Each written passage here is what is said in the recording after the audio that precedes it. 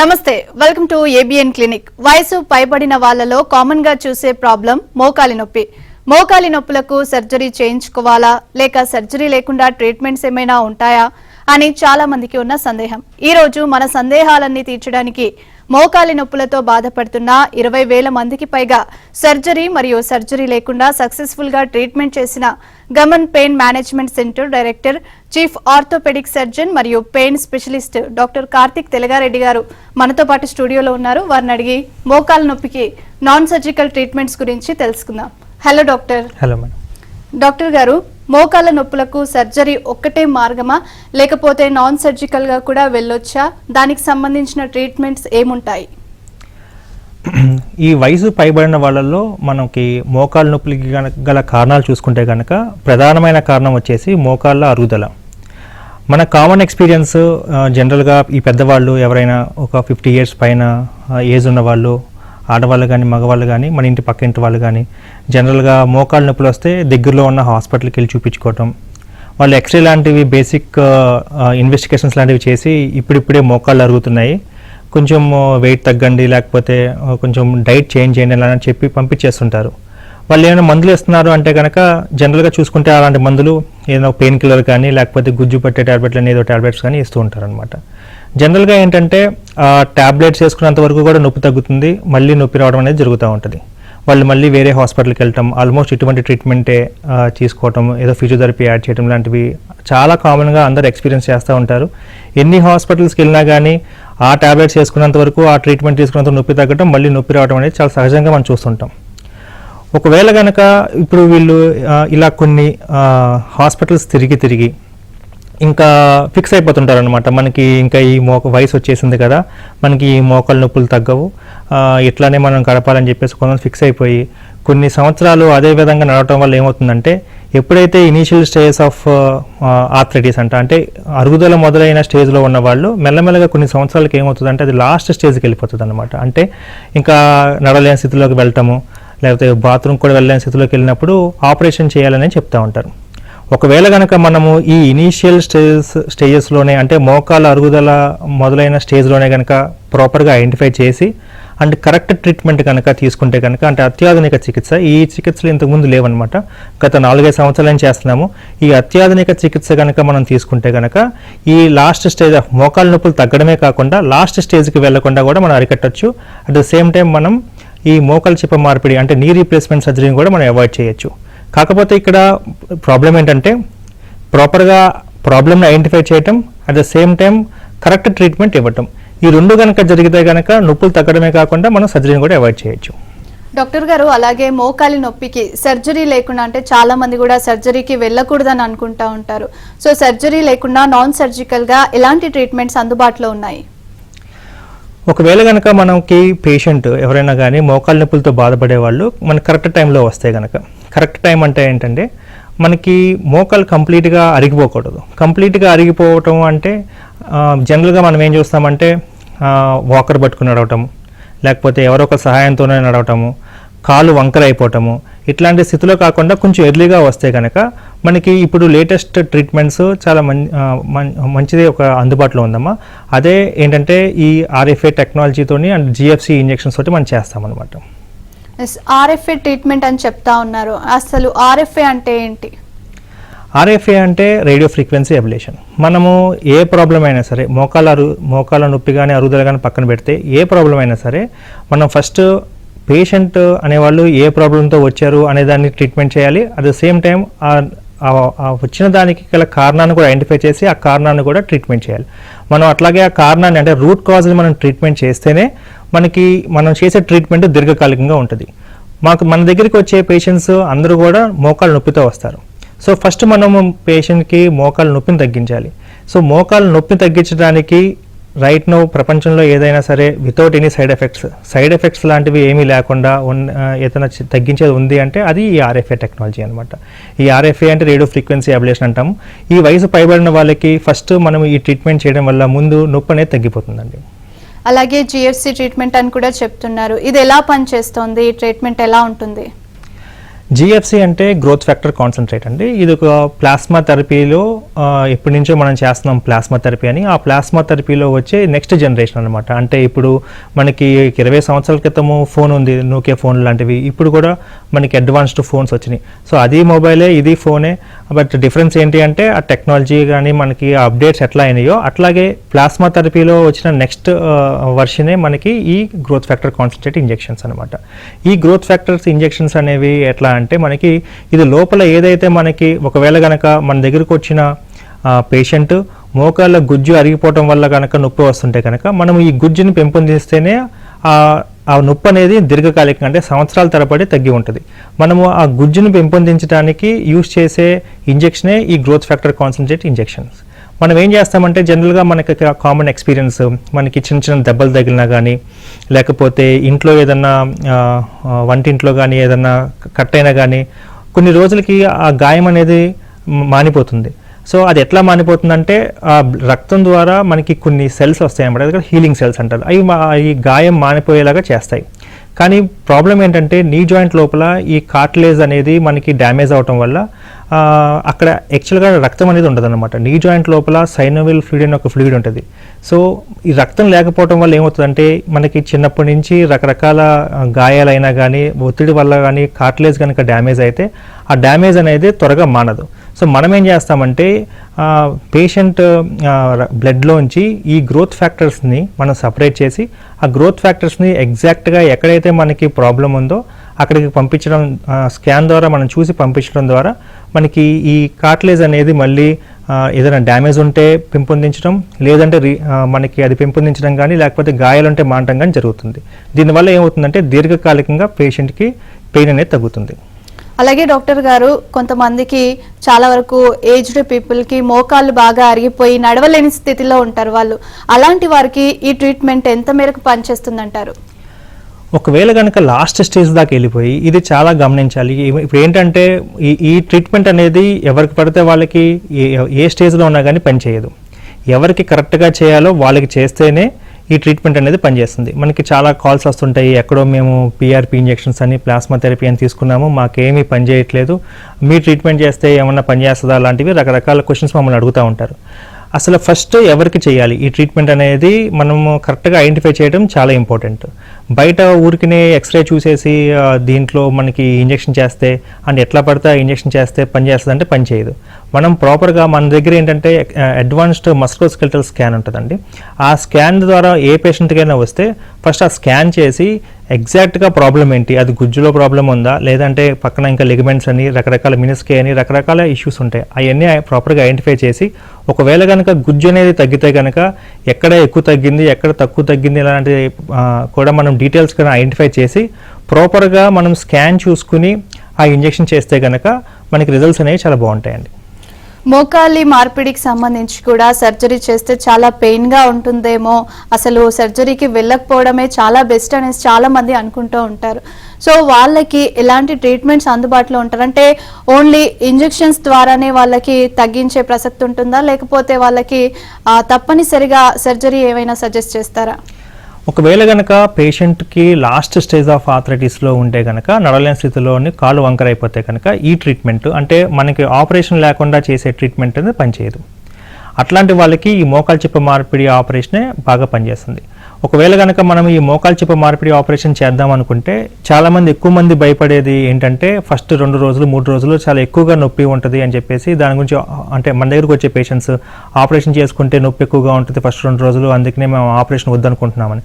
కానీ ఒకవేళ చేయాలి అనుకుంటే కనుక ఈ ఫస్ట్ 2 రోజులు 3 రోజులు ఆపరేషన్ చేసిన తర్వాత కూడా నొప్పి మనకి ఏమీ తెలియకుండా ఉండడం కోసం మన దగ్గర లేటెస్ట్ టెక్నాలజీతో యూజ్ చేసి కొన్ని రకమైన నరాలకి బ్లాక్స్ అని ఇస్తామంటే దానివల్ల ఏమవుతుందంటే ఫస్ట్ 2 రోజులు కానీ 3 రోజులు కానీ నొప్పి అనేది ఉండదు. దానివల్ల ఆపరేషన్ కూడా చాలా సక్సెస్ఫుల్గా మంచిగా డే 1 నుంచి నొప్పి లేకుండా నడవగలుగుతారు.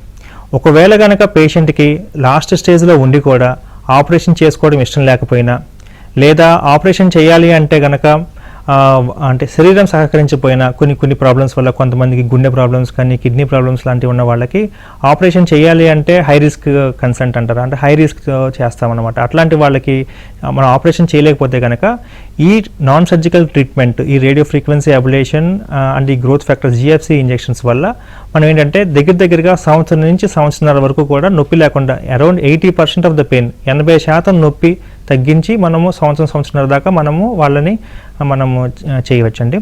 ఈవెన్ ఆఫ్టర్ అంటే 1.5 year తర్వాత కనుక మళ్ళీ నొప్పి వస్తే ఎవ్రీ 6 monthsకి, ప్రతి 6 monthsకి మన దగ్గర వేరే ఇంజెక్షన్స్ ఉంటాయి. ఆ ఇంజెక్షన్ చేయడం వల్ల ఆపరేషన్ లేకుండా కూడా మనం పెయిన్ తగ్గించవచ్చు. అలాగే ఈ జిఎఫ్సి ట్రీట్మెంట్ అనేది ఒక మోకాల నొప్పులకి సంబంధించిన ట్రీట్మెంటేనా, లేకపోతే ఇతర వాటికి కూడా జిఎఫ్సి ట్రీట్మెంట్ ఇస్తారా? మన దగ్గరికి మోకాళ్ళ నొప్పులే కాదండి, రకరకాల మెడ దగ్గర నుంచి కింద అరికాళ్ళ వరకు కూడా చాలా ప్రాబ్లమ్స్తో వస్తుంటారు. జనరల్గా ఏంటంటే మనకి షోల్డర్ ప్రాబ్లం చూసుకుంటే జాయింట్లో కన్నా ఈ జాయింట్ చుట్టూతో ఉండే కండరాలు దెబ్బతింటం వల్ల చాలామందికి నొప్పులు వస్తూ ఉంటాయి. అది కూడా మనం స్కాన్ యూజ్ చేసుకుని ఎగ్జాక్ట్గా ఎక్కడ ప్రాబ్లం ఉందో ఐడెంటిఫై చేసి, కొన్నిసార్లు ఏమవుతుందంటే ఆ కండ డ్యామేజ్ అవుతుంది కానీ అది క్యూర్ కాదు, అంటే అది హీల్ కాదు. అప్పుడు మనం ఏం చేస్తామంటే ఎగ్జాక్ట్గా ఎక్కడైతే మనకి చిరుగుందో దాన్ని మనము మన దగ్గర ఉన్న స్కాన్ ద్వారా ఐడెంటిఫై చేసి ఈ growth factor concentrate injections, GFC injections ఎగ్జాక్ట్గా అక్కడికి మనం పంపించడం జరుగుతుంది.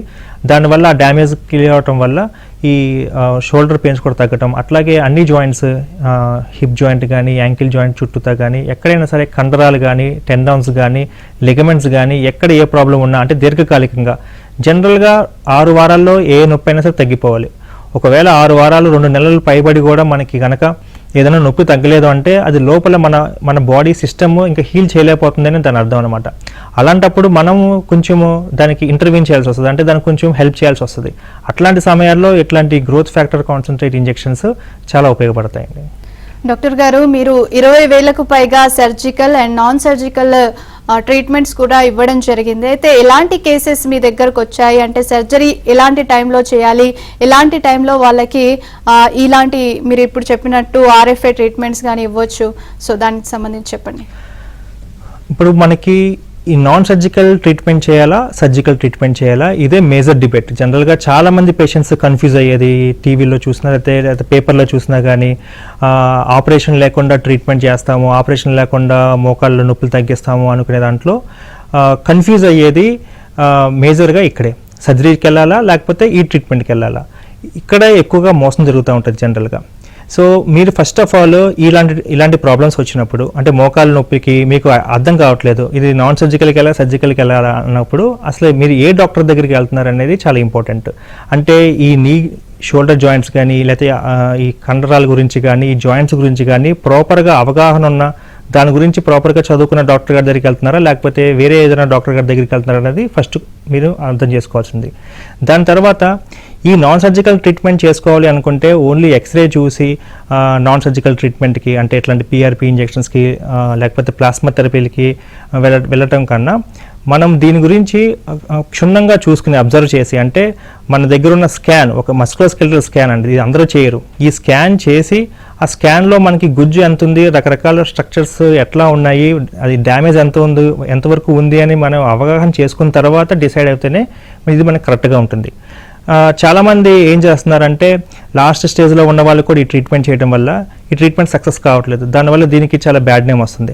అట్లాగే ఈ ట్రీట్మెంట్ అవసరం లేని వాళ్ళకి కూడా సర్జరీ చేయటం, అంటే కొంతమందికి ఏంటంటే ఇనీషియల్ స్టేజ్లోనే స్కాన్ చేయకుండా ఓన్లీ ఎక్స్రే చూసి పేషెంట్కి ఏదో చాలా ఇబ్బంది పడుతున్నారని చెప్పేసి వాళ్ళ దగ్గర ఉన్న పెయిన్ కిల్లర్స్ పనిచేయక 2-3 సార్లు డాక్టర్ గారి దగ్గరికి వెళ్తే ఆపరేషన్ చేస్తే సరిపోదని చెప్పేసి ఆపరేషన్ చేయటం, ఇట్లాంటి ఆపరేషన్ అవసరం లేని వాళ్ళకేమో ఆపరేషన్ చేయటం, ఈ ట్రీట్మెంట్ సక్సెస్ కాని వాళ్ళకేమో ఈ ట్రీట్మెంట్ చేయడం లాంటివి చేయడం వల్ల మనకి చాలామంది పేషెంట్స్ ఇబ్బంది పడుతూ ఉన్నారు.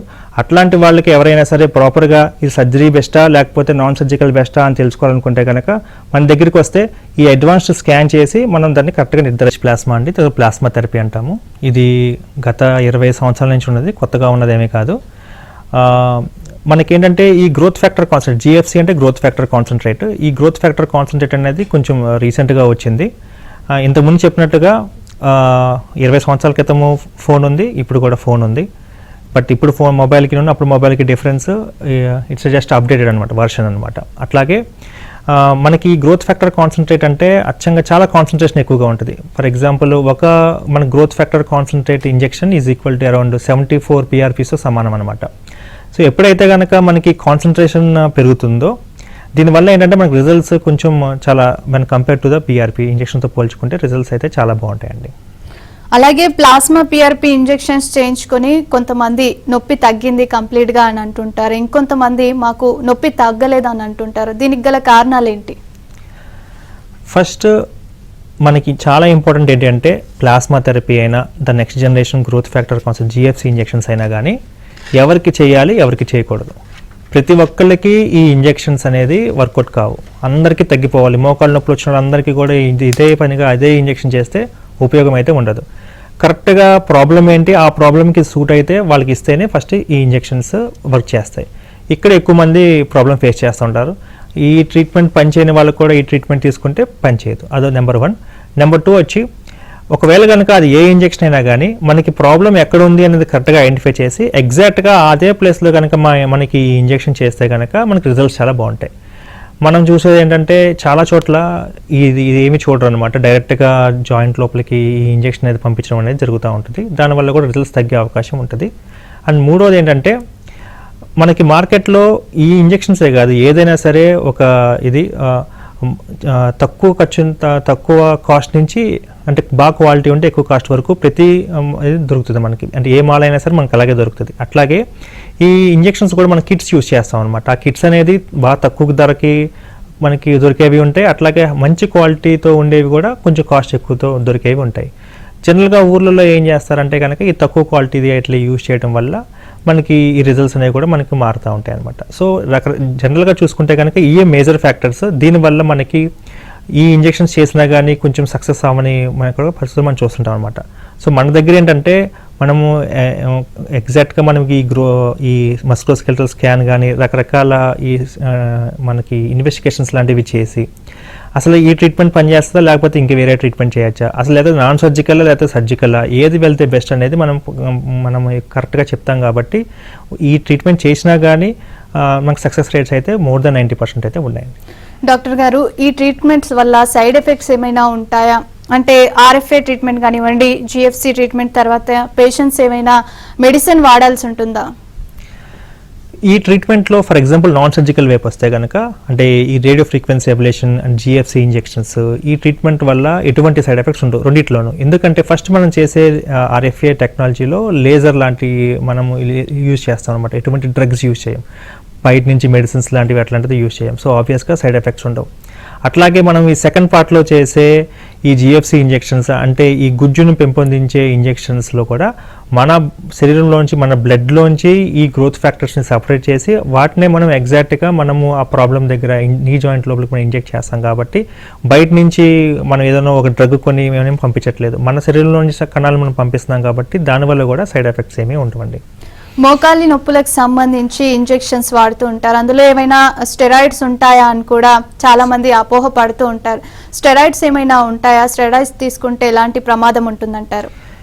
జనరల్గా ఈ బయట కొన్ని టౌన్స్లో కానీ పల్లెటూరులో కానీ మనకు వచ్చే పేషెంట్స్ మా ఊర్లో కూడా సూదులు ఇచ్చారు, నొప్పి తగ్గింది, ఒక నెలన్నర తగ్గింది, 2 నెలలు తగ్గింది, మళ్ళీ నొప్పి వచ్చేస్తుందని ఎక్కువ మంది చెప్తూ ఉంటారు. ఆ జనరల్గా అలా ఇచ్చే సూదులు ఈ స్టెరాయిడ్ ఇంజెక్షన్స్ అనమాట.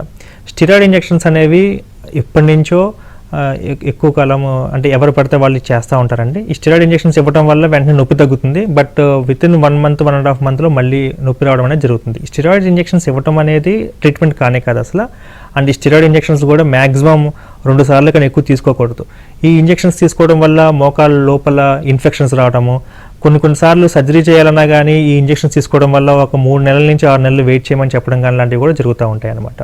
స్టెరాయిడ్ ఇంజెక్షన్స్ తీసుకోవడం వల్ల మనకి ప్రాబ్లమ్స్ ఎక్కువ వచ్చి తప్ప ప్రాబ్లమ్స్ అయితే తక్కువ కాదు. సో మన దగ్గర మనం చేసే ఇంజెక్షన్స్ అంటే ఇంజెక్షన్స్ సూది అనగానే అందరూ అట్లాంటి సూదులు ఎక్కడ పడితే అక్కడ సూదులు అనుకుంటారు. యాక్చువల్గా ఇది ఒక ప్రొసీజర్ అనమాట. రేడియో ఫ్రీక్వెన్సీ అబ్లేషన్ అనేది ఒక ప్రొసీజర్, ఇది ఒక సూది అని కాదు, సూదుల ద్వారా చేసే లేజర్ ట్రీట్మెంట్ లాంటిది. అండ్ సెకండ్ చేసే మనకి GFC ఇంజెక్షన్స్ కూడా సూది ద్వారా మనము మన బాడీలోంచి కణాలను సపరేట్ చేసి పంపిస్తాం అనమాట. దీనికి స్టెరాయిడ్స్కి సంబంధం లేదు, మనం అసలు స్టెరాయిడ్స్ అనేవి యూజ్ చేయం.